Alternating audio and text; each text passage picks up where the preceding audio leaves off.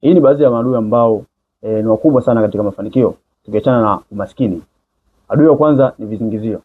Mara nyingi sana katika maisha huwa watu wanapenda sana vizingizio baada ya kugeuza yale matatizo au kugeuza ile changamoto kwa fursa. Sasa mwisho wa siku unajikuta mtu analaumu na anashindwa kuweza kupata majibu. Lakini kama utatafuta solution, maana yake tayari wewe unaweza kufanikiwa.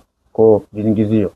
Lakini pia kingine ni kuchelewa kufanya maamuzi. Imetokea fursa, imetokea labda uwekezaji, tayari mtu anaanza kujiuliza ana risk nitafanyaje na nini, kwa hiyo mwisho wa siku anaweza akapoteza ile fursa na akakosa mafanikio.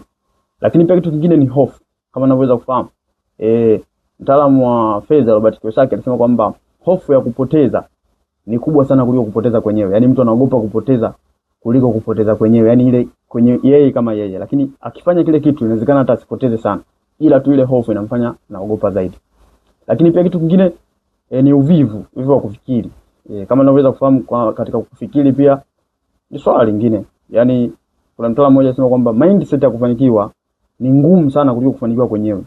Kwa hiyo kufikiria pia ni kwamba nitafanyaje, maana yake tayari ile ni changamoto kubwa sana. Mtu anaweza akashindwa kufanikiwa.